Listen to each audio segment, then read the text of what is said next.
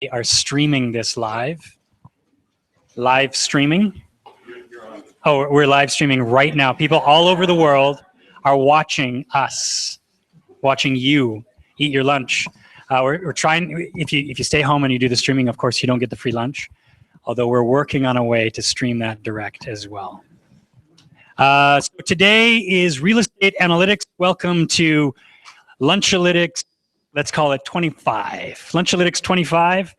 Retail Analytics, we have three excellent speakers today. Natasha Raffa from TruHome is going to talk about double-ended deals. That sounds better than single-ended. We have Micah Slavens from Lift Interactive, and he's going to show us something really awesome.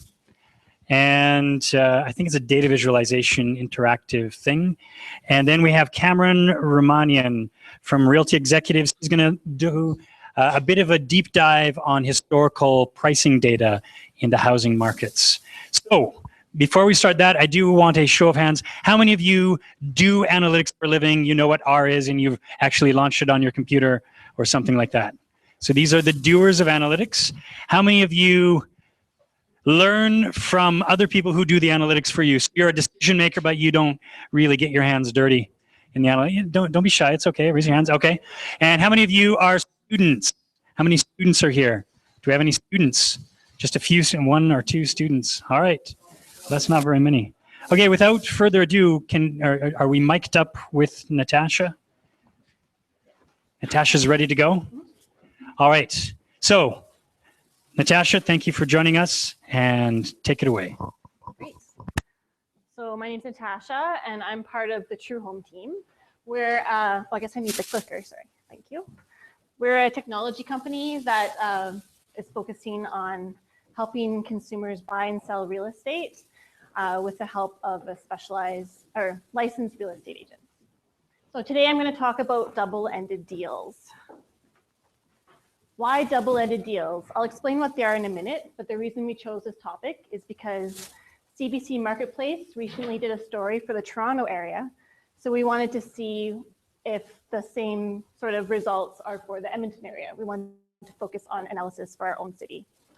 It also matches one of our core values, which is to improve the buying and selling experience in real estate by being transparent and educating our customers. So what is a double-ended deal? First, before we can describe that, we have to describe the typical scenario. I'm going to call it a single-ended deal. That's just my own term to keep straight what I'm talking about. First, show of hands, who here has bought or sold property in Canada before?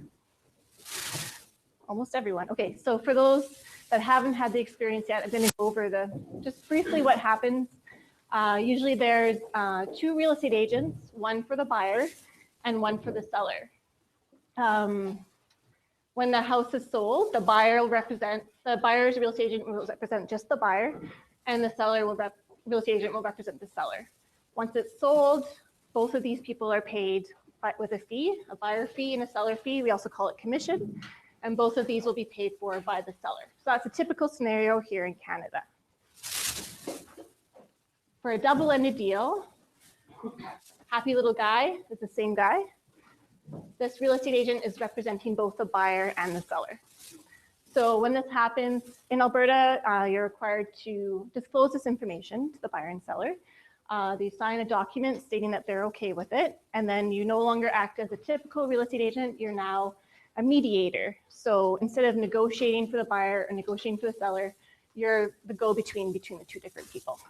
So the one difference too is that you will get the buyer and the seller fee. So you can sort of look at it as 2 times the commission. So CBC decided to look into this a bit further in Toronto. And they found a few things. They found that about 10% of properties in Toronto are double-ended deals. And for a specific realtor, on average, 10% of their deals will, but it can be as high as 40%. Well, what's really interesting is this number. They found that on average, the sale price for a double-ended deal is about 1% less than a single-ended deal, as I call it, a typical scenario. They also did some analysis and found that they claimed that not all realtors investigated were ethical. They looked into about 10 realtors. So we thought this was a pretty interesting story. You can go to the websites here if you want to take a look at the video. It's really cool. So we want to do the same thing for Edmonton. We don't have the resources to go undercover and investigate. And that wasn't really what we were interested in. We're more interested in this number. Does this happen here in Edmonton as well? So we looked, and it's pretty much the same. About 10% of properties are double-ended. About 10% of a realtor's deals are double-ended. And again, the sale price drops. We looked at a few different ways of comparing, like how do you compare different properties? One idea we had is looking at the ratio of the listed price versus the sold price. So look at the ratio of that for a typical scenario, single-ended deal, and then look at it for a double-ended deal. And we found the same thing. It's about a 1% drop. So I just want to explain what I mean by that ratio. I'll give an example. So for example, for a typical home, it sells for $380,000. For a single-ended regular deal, or sorry, that's the list price, $380,000.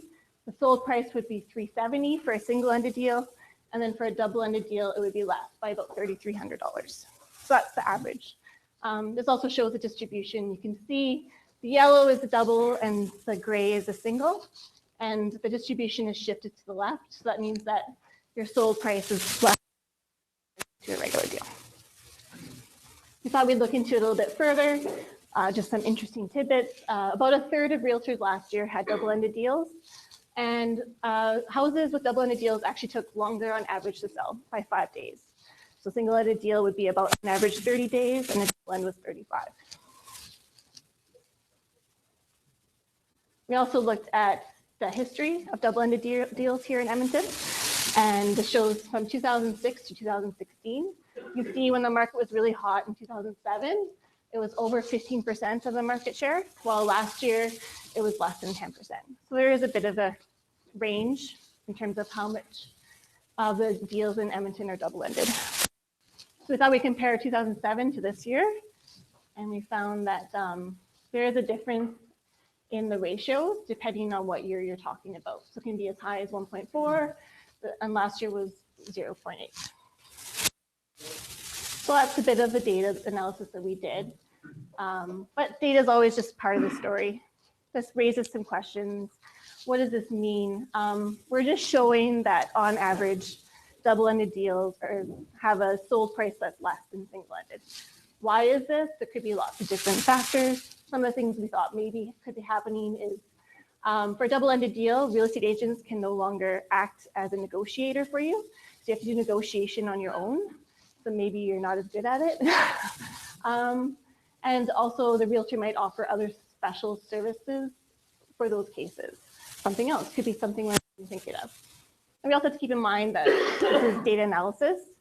All our data is saying is that we would be really surprised if the difference in distributions was just from our sampling and not a real thing.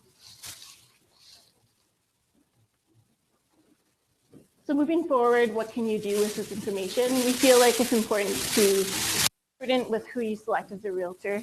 Ask the right questions. This is something you probably might not have been aware of before. So when you're selecting a realtor, ask them what's their policy on double-ended deals. It's fine if they do them, but like what does it exactly involve? What's their thoughts on it?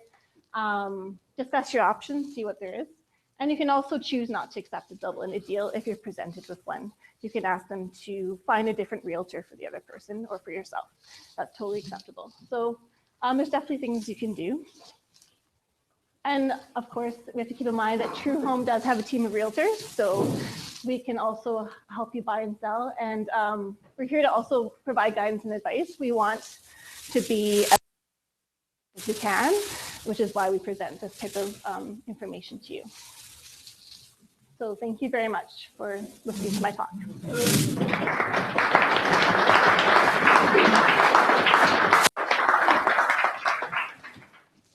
Have any questions? Yep.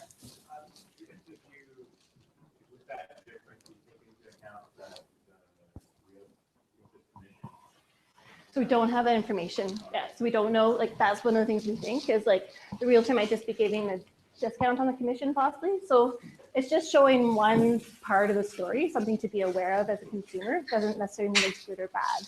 It's just one way of looking at things. Yeah. Right.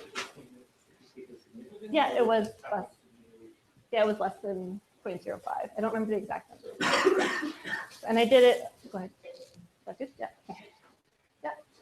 So with this presentation, you're implying that in Double-ended deal. double-ended deals, these are the total factor for that price. Mm-hmm. Yeah. But you also mentioned that the additional factors which are not included, which could be actually included, Mm-hmm. scope and value. Yeah. Yeah. So maybe Yeah, it's something to keep in mind. Like it's, we only have the data that we have. Like we did the statistical statistics test, but like it is, yeah. you wouldn't be able to do like We did. No, yeah. No, the CDC did do undercover investigation, but we didn't do anything like that. Yep. Just curious about how the industry responded in Toronto to the Right. A/B analysis and the Yes. investigation, given that the results were really counterintuitive. And Yeah. So they presented the results to their board, the Ontario board, and they're really surprised by them and said that they were going to look into it further. And then they also presented it to the government, and they said that at this point, they're still going to keep it at board level in terms of what they're going to do with that information. Yeah. The average times for double-ended deals, is there a difference between when the market was hot and the market? Oh, I didn't think of looking into that. That'd be a good thing to look into, yeah. You said there was a difference in home price with the double-ended deal. Sorry, what was that? There was a difference in the home price with the double-ended deal, about 1%. Mm-hmm. So were you negatively affecting them, the seller? Yeah, that's one way you can look at it, right? Like the seller's possibly losing a bit of money, although like the house is selling for less, but then the buyer might be getting a deal that way, right? Yeah. We don't know that. So it could be the commission. That could be where it's coming from. We don't know. We don't have the data on commission. Yeah. One more question. Was there any difference, like, in the incidence of using a double-ended deal, like based on home price? No, I looked. Oh, yes. I found that there was more double-ended deals for over $700,000. Any idea why that? No. We have a realtor in the front row who has an idea. I would guess if the person buying over $700,000 understands the home buying process, has gone through it before, doesn't feel they need the service of their own realtor and can negotiate all of that. And we also looked at like the spread. So looked at different price ranges and saw if there was a difference in the drop, and it was the same. It was about 1%, no matter what the price range. All right, we'll do one. I think a lot of times actually a lot of consumers, no matter how many deals they've got, may not even be aware of the difference of having a market condition. So I think the goal of our presentation is, be more aware of this. Yeah. If you're asking those questions. Exactly. Sure. Be an informed customer. Yeah. Excellent. Thank you very much, Natasha.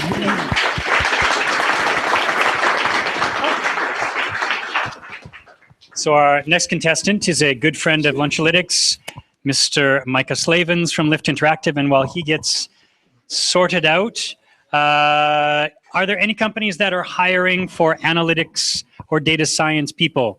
Raise your hands. Oh, we have one. Stand up and tell us what you're hiring for. We'll even let you use the mic. Yes, thanks, Dan. I'm Felipe with Mara Media. We are a technology company with a focus on finance. How many of you have heard of Mara Media before? Okay, good, but can be better. I'm gonna change that. We are a data science team of 3 right now, and we are growing. So we are looking for more data scientists. And if you fit in any of these 3 roles that I'm going to talk about now, just come talk to me and we can discuss whether it's a good fit or not. A business analyst, a data engineer, or a statistician. Just if you have any of the mix of those 3 things, come talk to me. You don't have to be a data scientist. No, almost nobody is. Excellent. Anyone else hiring? Anyone else hiring? I see that hand, Joey. Do you want to announce your position? Right. Interesting. that Dan asked me, given that he works for the same company as I do. We're hiring a visualization and interface designer at Dark Horse Analytics. So if you are really interested in data visualization or UX, user interface design, please come talk to me afterwards. So without further ado, over to you, Micah. Okay, this one is going to be a little bit more, less presentation, a little more show and tell. We'll ask some questions. Yeah, and go from there. So Joey asked me a little while ago if I could present a tool that we worked on together, launched this summer, and have been testing. So I said yes. I'll give you a little background. I'm from Lyft Interactive. We're a leading digital agency in the city. Do things from digital marketing to big full-scale custom web application development and everything in between. We're a part of, so Lyft is a part of a joint venture. So Lyft, we're part of a joint venture with a couple different companies, Insight Marketing, who has specialized for the last 15 years in relationship-based marketing, and a third company, Workspace, who does a lot of real estate-based marketing, also space branding, some of that. So the three of us got together and formed Camber, which is a real estate marketing agency focused on doing better work in the real estate space and trying not to follow some of the same cookie cutter approaches to real estate, and really focusing on those three main areas of relationship-based marketing, so business development, business building through relationships, events, really big in real estate, space branding, and then digital marketing, which we provide. So we've been working on this for the last couple of years, and we've already have a pre-established relationship with Dark Horse Analytics. So part of this talk will be a plug for Dark Horse as well, which is great, isn't it? Yeah, it's great. So we got together with Dark Horse and said we want to build a tool that we can show our clients. You know, here's some ways we can think outside the box. Here are some ways that we can generate ideas for clients as well, and maybe even test an idea before we have to spend money on it. So this data is going to be on the this is going to be looking at data from the idea generation and ideation side of things, and not from analyzing after the fact. Data set we selected was this is built on. This visual is on the city's open data, and that's for a couple reasons. One, as a new joint venture, we don't have years of data that we're sitting on that we can plug into something. And also, as a new venture, we're not going to spend a ton of money to go out and get a data set. So it's built on the city's open data set, which is awesome. I know there's been meetups on that topic in particular. I think we're really lucky as a city to have that, and to have a city that cares about open data. Now, there's not anything earth-shattering in that data, fairly straightforward, open census data. But stuff does get interesting as you start to layer data on top of each other. So, so the tool, for one thing, it looks really cool. We've got some really cool maps, and it's branded and nice. And when we sit down with a client and show them, you know, here's some of the types of things that we're capable of, they're impressed. So that's a good thing. But it also does, as we start to look at different sets of data on top of each other, and we'll do that in a second, you do start to get some insights. So as a marketing company, there are things that you need to do that there's not always data for. So where should we have a meet and greet event? You know, where should we set up a tent, invite people, get the hot dogs and balloons out, let's say for a home builder? Where should we hold that based on the types of customers we typically serve? And it's really hard to come up with those. I mean, you can kind of do, oh, here are the places that it worked in the past, but this is an approach using some data. Another case might be something like a direct mail campaign. You know, something that Google's not going to give us the data for that. Where should we send out a bunch of direct mail flyers or brochures? So just to put together a quick little hypothesis, and this is a real one. We've worked with home builders who say they have a special group, let's say in the Asian community, because they build homes in a culturally aware way. So the designs of the homes appeal to Asian people, the way they build rooms, the way they position kitchens, the way they communal eating. And so we've had builders that have said that. So how would they go about finding which communities they should advertise in? They might make some stereotypical guesses and say, I should be advertising in Mill Woods or something. But this is a little bit more of an analytical approach. So they could do something like, right now we're looking at the entire city, we're looking at all neighborhoods. So what we're gonna do is we're gonna start filtering down the data. So I could, from a client's own demographic data, say, well, even going really big, our clients tend to be in the 30 to 60 year range. Great. They're looking for single family homes, so they're typically going to be married. And if you can see by the percentage, the colors, anything dark blue is going to be heavily populated toward this now compounded set. Anything, it's light green on my computer, but anything light green is going to be less dense. So really interesting. And there's sometimes this is just proving assumptions, but as you can see, this is part of the reason for sprawl in some of these things. But as we get to the outside, we're seeing more single family homes, more married couples in the middle of the city. You're seeing more, and we can get to some of the other data, but more singles, people living in condos, this type of thing. So we could also say we're going to add on, now we're starting to make assumptions, but we're going to add on some languages. So we're going to say as a second language or as a language in the census data, they have Mandarin, and now I get a really narrow data set. So I can see, I've got Southwest Edmonton, I can go Cantonese. So again, this is not going to be data I'm going to make massive business decisions on, but it can point us in the direction of here are some communities that we might want to do outreach in, may want to hold an event, we may want to try a direct mail drop in that city, rather than me doing all of Southeast Edmonton and spending tens of thousands of dollars on a direct mail piece. I can target some more specific areas and start to test marketing messaging and some of that uptake. And lots of other neat things we built into this. So the other thing I can see is just from a high level list, I can see, what is my top, Beaulieu Heights is my top candidate for that particular search. If I'm just looking at single family, married, that age group, I'm going to be looking at rural Northeast Sturgeon, Ogilvie Ridge, and then I can look at adding different languages to that, and I can see my top.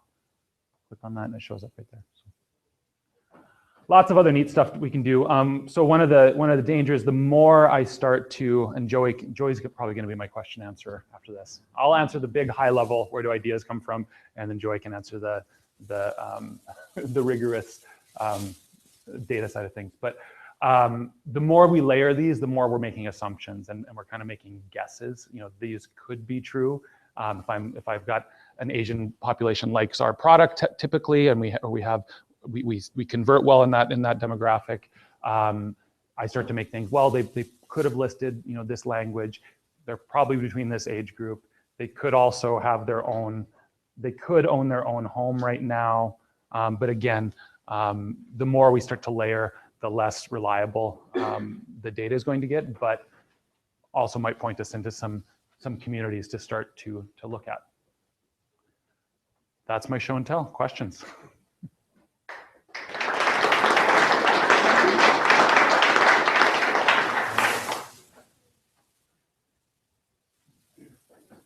Yeah, go ahead. So what are some of the things that Yeah, it depends on which search. So I think if we're in here,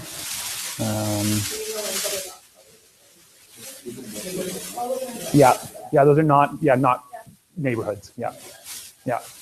Yeah, we have everything that's in the, in that, what was it, 2009? What's the date? I don't know if we have that, or do we have that in there? Yeah, okay. It's the 2014 Census data, yeah. The one piece of data that used to exist but no longer does is income. Yeah, which is the one that you want. Yeah. Which, yeah, surprise, surprise, it's the most elusive piece of data to get anywhere. Like, it's impossible to get on Facebook, it's hard to get in Google, it's hard to get everywhere, so yeah. Will you be updating this with census data? Yeah, that's the idea. It's been built in a way that we can dump in the new data export and just updates automatically. Yeah, go ahead. Hey, so I understand that this is built on a map, Yeah. Right? So I was just wondering, can this model be applied to, on a commercial real estate industry? So it's not for so I use some data that's specific to that industry and just make some business decisions based on that, or is it only based on the residential side? Yeah, I think you could. I mean, I think you could assume if the data set has addresses for commercial, then we could easily map those and then make decisions. And again, this tool is more for like generating insights. You're not going to do this for a look up the statistic and start crunching data, but it's more for, okay, if I start thinking down this demographic path, or a real estate company has more success, marketing to singles because it's a first home. So you start to layer, and this happens in marketing, you start to first layer hypotheses and then go, okay, single people, we tend to have a higher conversion rate than people that already have a home. It tends to be in this language. And again, we're working with the data we have, but people that maybe even bus, like first homes. If I take the bus now and I want to live central, let's say, and I'm gonna buy a condo, then we're gonna be marketing to different people, so it can generate some insights of where could we focus on geographically, and that's been more the target of this. But I mean, definitely, it would depend on the question you're asking. With commercial, is it we want to help people find where to locate in the city? But yeah, we've looked at that with other commercial people. Let's say, in commercial, people don't care where they are. They just want something that's close to busing, or they want something that's close to, services, for sure. Go ahead. Where are you taking this tool? What's the future of this tool look like? So this tool for us, for this particular joint venture, is mainly, it's a sales tool, and it's for sitting down with a client to help show them, like demonstrate what design and some data and some visualization can do to help drum up ideas. Also used just internally for coming up with insights and ideas. So you might sit down, throw out some hypotheses, click some buttons, and go. For example, like if you had a waitress and had their own data with this, Yeah. They had their own insights, that'd be really cool to see.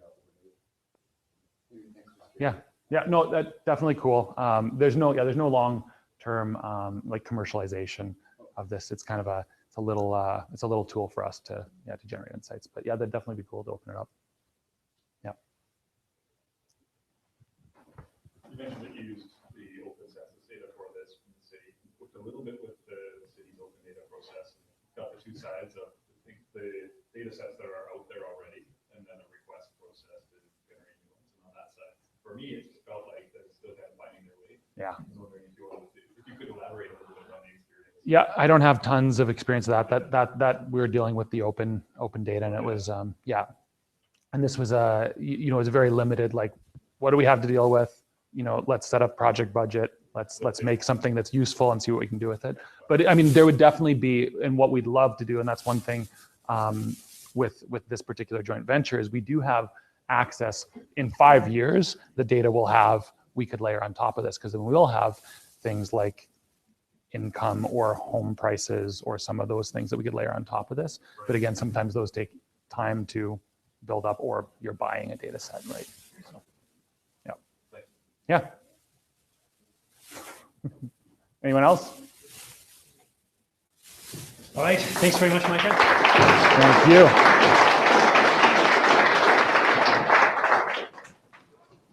So our next speaker is Rahmanian. Yeah, sorry. Before we talk, you're going to do Pitch for sponsors. We didn't have a sponsor today, so that just means Dark Horse sponsored. But we will have sponsors coming up. I think next month, our good friend Peter Guest from IBM will be sponsoring a talk on open data and open analytics. So the January event, now here, pay close attention, it's moved back 1 week. So it's not the third Wednesday, it's the fourth Wednesday. It'll be posted up on the meetup site shortly. But that's going to be an open data and open analytics panel.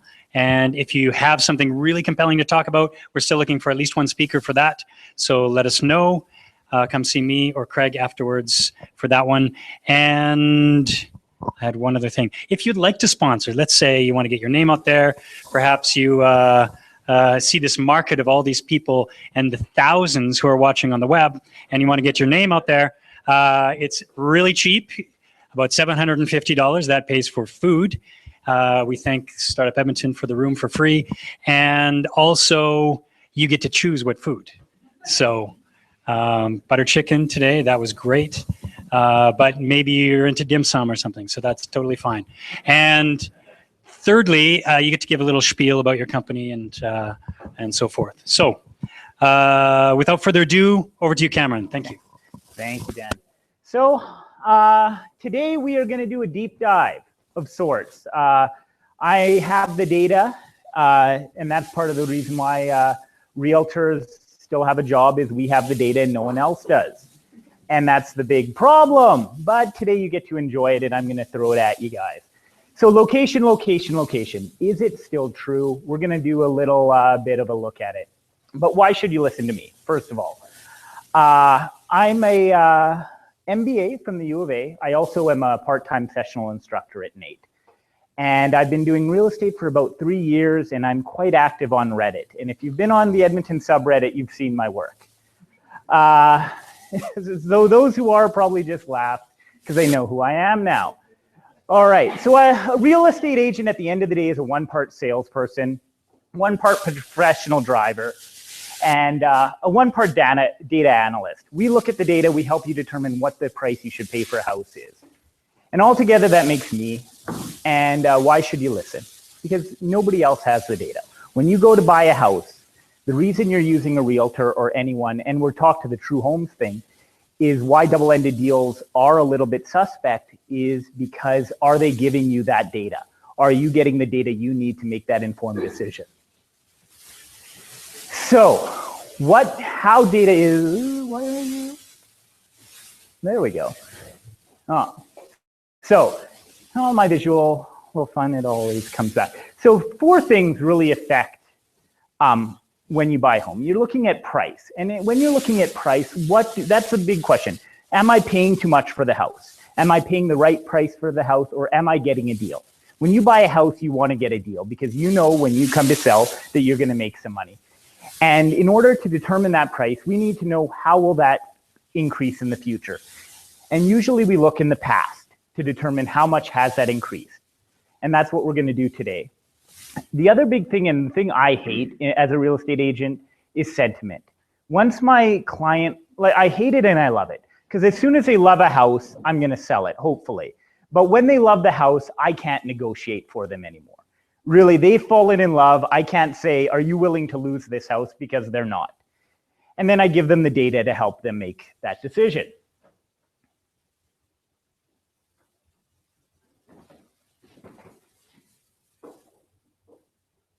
I don't know. We're going to hit, we missed some stuff. Here we go. So the thing is, how reliable is this data we have? So I have access to the data. Is it reliable? I'll tell you one thing right off the bat, it isn't. Some of it really isn't. Square footage data in particular has been a sore point in the real estate industry's backside for a long time. So much so that they're regulating measurement standards, which should have been obvious from the get-go, but isn't. So when I'm looking at data from 1984, this data, if I'm doing a price per square foot analysis, is not accurate because they're using the entire house, including the basement, and I can't parse which ones are. Another one is guys were putting in square footage as square meters. So I'm ending up with houses that are like 25,000 square feet. And I know not like maybe 1 or 2 houses in Edmonton exist like this. So there is a movement and a definite new industry opening up in real estate as far as measurements go, because it is a mandatory requirement now and realtors are lazy. So if you're looking for something on the other side, start measuring houses. So neat data that we do have access to, or somewhat neat. Sales date. So I know when something is sold. I know how much it has sold for and the square footage. I have about 50 to 60 fields. Not all of it is really filterable. I could find out like what the flooring is, but it wasn't sorted in such a way. I could also find out who the most successful real estate agents are for the past 20 years. This is all available to us. It's very, I call it semi-proprietary. You go up to any realtor, they'll give you this data for free. You just have to ask them, and if they have the diligence to give it to you, there's a lot. So how it worked was I today took 43,000 entries, which I had to get 1,500 at a time. So I went neighborhood by neighborhood in the west end of Edmonton and picked them out. So there's 20, 30 some odd. Each query took about 5 to 10 minutes to get off the database. So it's not a very efficient system.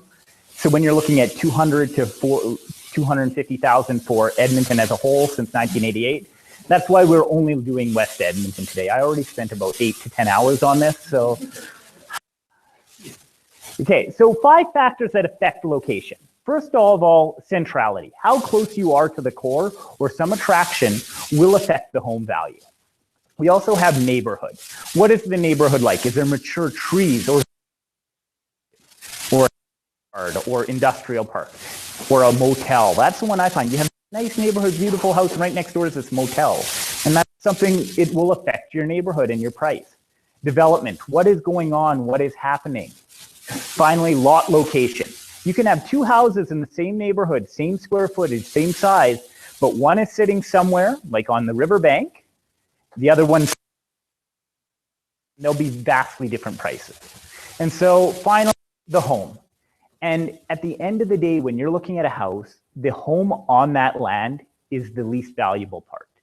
In some extent, when you're looking in mature neighborhoods, because a home is a depreciating quality. It's like a car. Every year that home is depreciating. It's offset by the increase in land value. So what we see is that the land, as the home depreciates, the land value goes up. They can tear down the house and build a new house. And that's the whole thing for infill. So today we're going to identify the variables and make it pretty. I grabbed the data already. Came up with this index. So I call it the neighborhood price index. It's nothing that's legitimate. It's just for me, for you guys today. And what it is taking the average, the difference between the most expensive home in the neighborhood, the difference between the cheapest home in the neighborhood, and dividing it by the average price to kind of get you an idea of where does this neighborhood lie. Like, so if the average price is $1 million and the cheapest house is 200,000, that's an anomaly, and the neighborhood price index will be close to 1. But we do have neighborhoods where that index is approaching 2, 3, 4, showing that there's a vastly larger difference between certain houses, and these neighborhoods represent an opportunity to invest in or buy or are improving, and we'll kind of go through. So here we have some neighborhoods, the top 10 areas from 2014 to 2016. So I count common throughout each. So you see neighborhoods like Westmount, Crestwood, Parkview, Glenora, Olescu. You look at the average price here, it hasn't come out well, but they're all fairly high. So we have 500,000 all the way up to $1 million in Donsdale. That's the average house price, which is a fair bit over the 430,000 here. This is all single family homes. We're not looking at condos.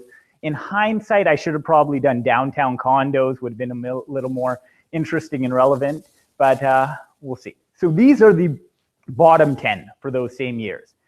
And it doesn't mean these are bad neighborhoods. What this means is these neighborhoods, it's more like consistent.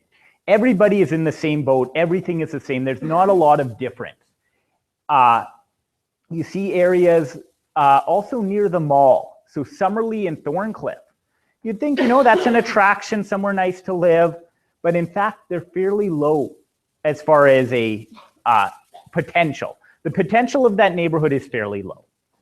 And the average prices are below the average price for Edmonton.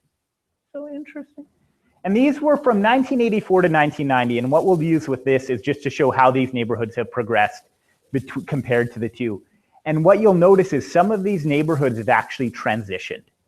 You'll see neighborhoods like Woodcroft has been getting better.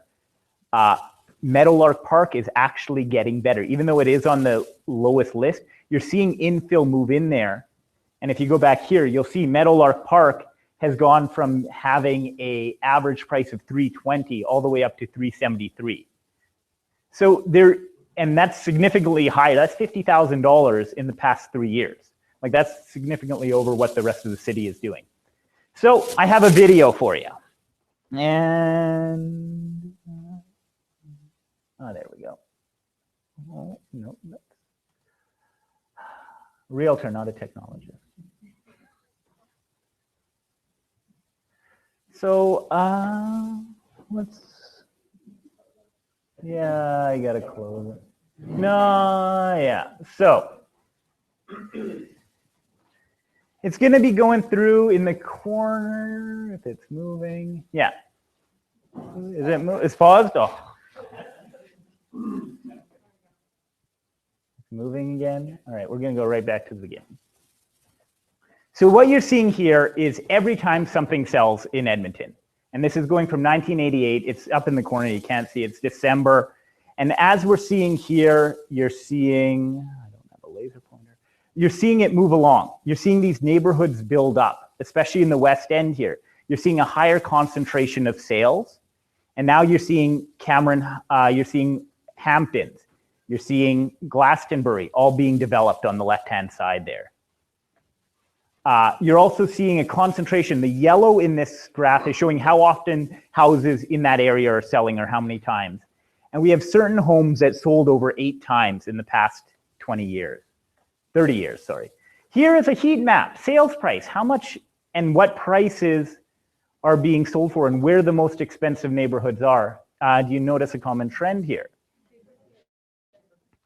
What you'll see as well is it's going to start pushing in. And this is as house prices go up. The top of the scale on here is $1 million.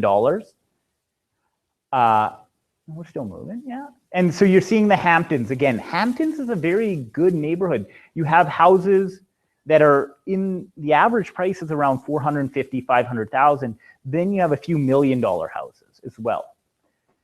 So going here, this is a comparison between the top 10 and the bottom 10 from 1988 to today. And this is showing just as like every year what happens that year.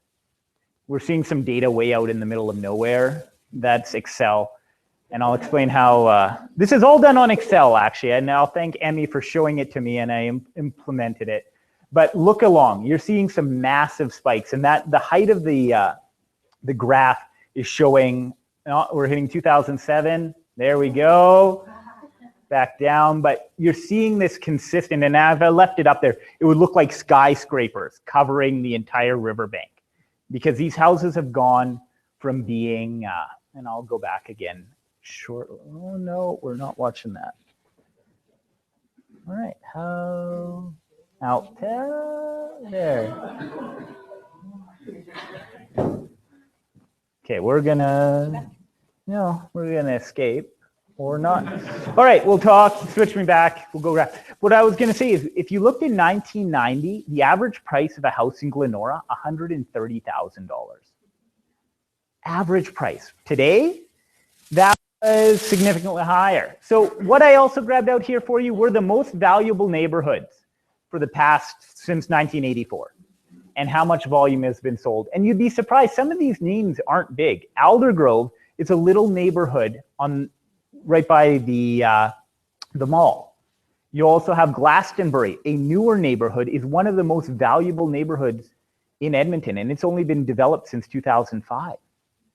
We have then Glenora, and then the Hamptons, which is the most valuable neighborhood in the West End of Edmonton as far as sales volume and as far as real estate. We go down. Parkview is another one of those along the river, Olescu along the river, and then Westmount, which is more central. Can move it again. All right, average days on the market. This is just showing just what were the highest, where were they the highest. And we have Lewis Industrial here, and that's just, there's a farm out there, and it sells every once in a while, and it takes a long time for this farm to sell. And if we go back on that data, you would have seen that same gap where the industrial parks are on the west end. Like, why is there no data there? All right, final thing I wanted to mention and kind of why we see this price increase. So 2007, on the bottom here, the yellow bars, that is the average income in Edmonton for a family. All right, it has increased somewhat. The yellow one is what I call the affordability index. How much is the average house price compared to that income? And it's tracked itself fairly well. But the main reason we've seen this jump and why we've seen such depressed prices previously was that interest rate. So that's the interest rate, that gray line. And at one point they were paying 14, 15% interest in the 90s. So why are you paying so much? Is that house that much more expensive? It really probably isn't as far as an affordability thing goes. They're making more money. Edmonton is an affordable city to live in. People make very good money and the houses are relatively cheap compared to Vancouver. Vancouver, the average income, $70,000, $1 million house, condos. So data highlights. So 49,000 entries, would have been over 200,000. It just, I apologize. I wish I should have done it. Maybe I should have just done 2014 to 2016, but I wanted to do that whole show of how Edmonton has grown. And it actually, who has seen that Google Earth? You can watch it and you can see it and it mimics it exactly like this. So it was a neat way of doing it. The data fields were over 40, and this is why it took so long. And it was it's tough to work with. Realtors don't want even their own realtors grabbing this data. I may even be willing to take the addresses out and tossing the data to people if they're interested. Final thoughts. So there isn't a lot available to me. I don't have people batting down my door saying, hey, here's all this data. Here's how you do it. I have to do it myself, grab this and pull it out for my clients. And it lies in the problem with Canadian real estate. And it's been offset in the US with Zillow and things like that. They've gained access to this data and have made it available. In Canada, it's still closed off and justifiable. These guys own the data. They've collected it. They've kept it. Should it be publicly available? And then we pay about $1 million to $1.5 million, I think, a year just to maintain the database.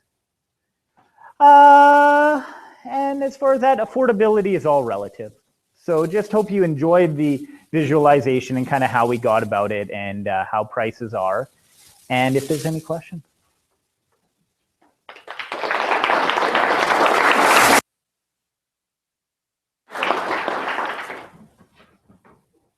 Sure.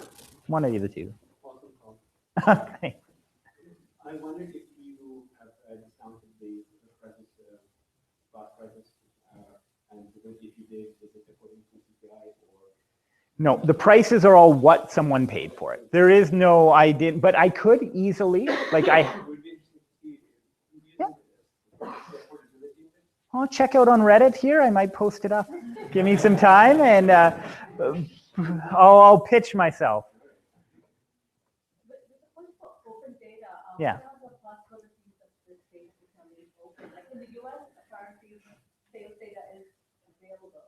It is.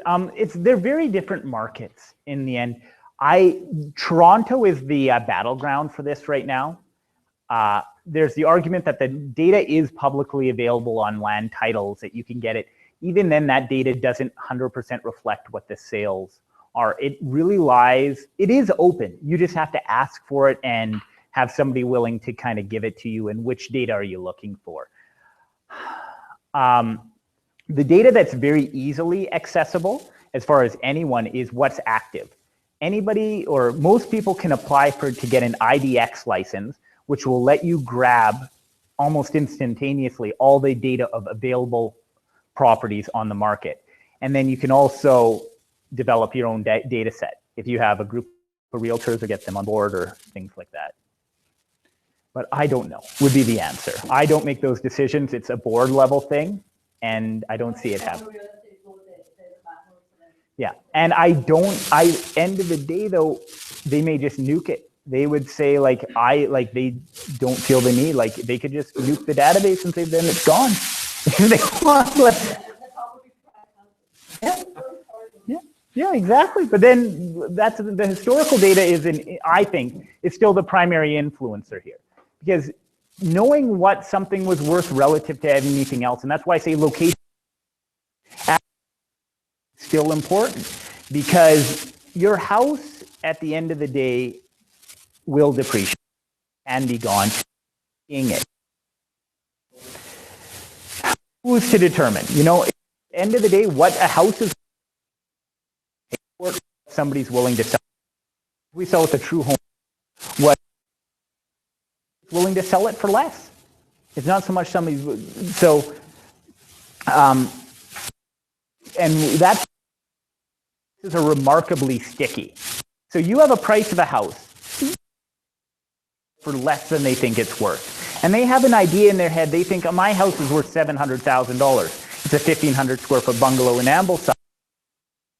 Maybe the bungalows are because they're huge and beautiful. But so there's this stickiness in stickiness is the main, hopefully past the in Alberta with oil at 55 again, we're going to be seeing pick up back and not hit as hard as anyone compared to Calgary, Fort Mac, Lloydminster, Cold Lake. Like these places are looking at 20, 15% drops in sale prices in Edmonton. Yes. Oh, the YouTube video. Yeah. That was Excel. That was Excel. So the reason why it was really cool, and the thing I had to work hard to do, was actually getting or it wasn't so much hard, I had to figure out how to use Excel properly, but it was getting the sales date on there. The addresses, I have all the addresses.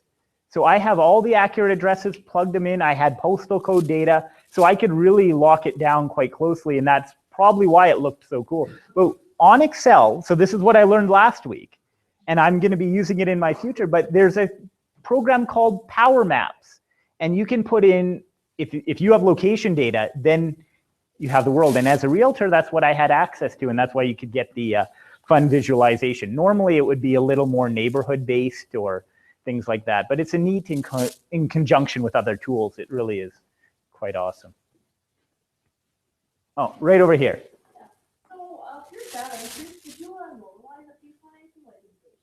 No, like I said earlier, no normalization. And I said, check for Reddit. I'll normalize it for inflation. I'll toss it over. I work at NATE. I work with a few economists. I'm going to give it to them, tell them to normalize my data, and then I'll put it back out there, and I'll figure a neat way and maybe get some feedback here. You can provide it. Had a question over here. Yeah. I'm curious on your thoughts about how self-driving cars are going to impact real estate prices when certain people may not want their garage anymore. So you have a self-driving car, but then do they own the self-driving car, or are they just going to use the service provided by someone else? In Edmonton, people love their space, and this whole drive for skinny homes. You say people, it's destroying the neighborhood, whatnot. It's increasing the value, and if we can increase it further by removing the garages from the equation and reduce parking requirements, because parking requirements are a very real thing in real estate. You have to have so many parking spots designated for any dwelling, and that's why not any dwelling can have a basement suite if you don't have the proper parking. So if we can remove that through these new initiatives and getting self-driving cars and people removing the car, is it going to be in the next 10 years? Doubt it. 20, I could see it. It would simply increase the value of the land because people could use the land more efficiently. You could get more. And then those central neighborhoods. And then the other thing would be is the neighborhoods farther out, people might not worry about living a little farther out because they'll just jump in their self-driving car. It'll drive them to work. They don't have to attend to it as much. I don't know. We'll see it's a bigger gap than I'm qualified or wish to talk about, but I would think it could help both sides. It could help the suburban and the super urban aspects of it, condos especially. You know, condos are the real place where parking is the premium and the problem. Anything else? Any other ones? Anything at all? Perfect. Thank you guys so much.